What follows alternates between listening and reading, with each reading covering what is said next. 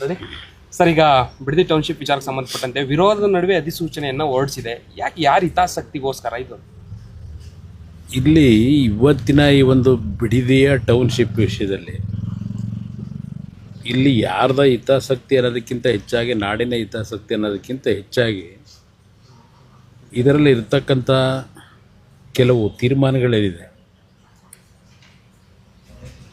Land ಗ್ರ್ಯಾಬರ್ಸ್ಗೆ ಮತ್ತು real estate business ಮಾಡ್ತಕ್ಕಂಥ ವ್ಯಕ್ತಿಗಳಿಗೆ ಮಾಡ್ತಾ ಇರ್ತಕ್ಕಂಥ ಕಾರ್ಯಕ್ರಮ. ಅವರು ಕ್ಯಾಬಿನೆಟ್ ನೋಟ್ ಇಟ್ಟಿರ್ತಕ್ಕಂಥದ್ದನ್ನೇ ನಾನು ಬಹುಶಃ 17ನೇ ತಾರೀಕು ನಿಮಗೆ ಸುದೀರ್ಘವಾಗಿ ಎಲ್ಲ ವಿಷಯಗಳನ್ನ ಪ್ರಸ್ತಾಪ ಮಾಡ್ತೀನಿ.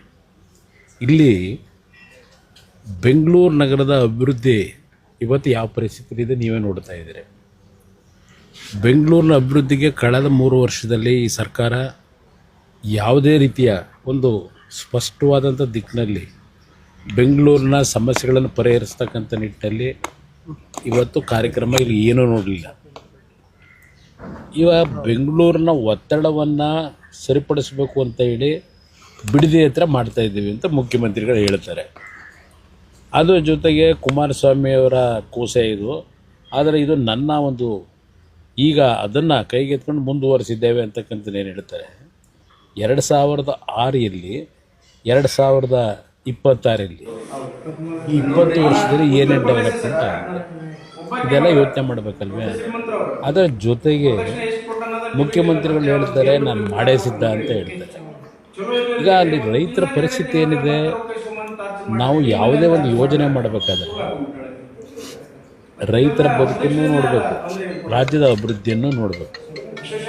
ಇವತ್ತು ನಾವು ರಾಜ್ಯದ ಅಭಿವೃದ್ಧಿಗೆ ಹಲವಾರು ಸರ್ಕಾರಗಳು ಭೂಸ್ವಾಧೀನ ಪ್ರಕ್ರಿಯೆ ಮಾಡಿರ್ತಕ್ಕಂಥದ್ದು ನೋಡಿದ್ದಾರೆ. ಬೆಂಗಳೂರು ನಗರ ಸುತ್ತಮುತ್ತ ಈಗ ಅರ್ಕಾವತಿ ಬಡಾವಣೆ ಅಂತ ಮಾಡಿದ್ರು ಒಂದು ಸರ್ಕಾರ.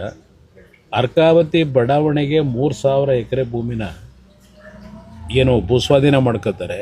ಅಂತಿಮ ಅಧಿಸೂಚನೆ ಹೊರಡಿಸೋದಕ್ಕಿಂತ ಮುಂಚೆ 1000 ಎಕರೆ ಕಡಿಮೆ ಮಾಡ್ತಾರೆ, ಡಿನೋಟಿಫೈ ಮಾಡ್ತಾರೆ.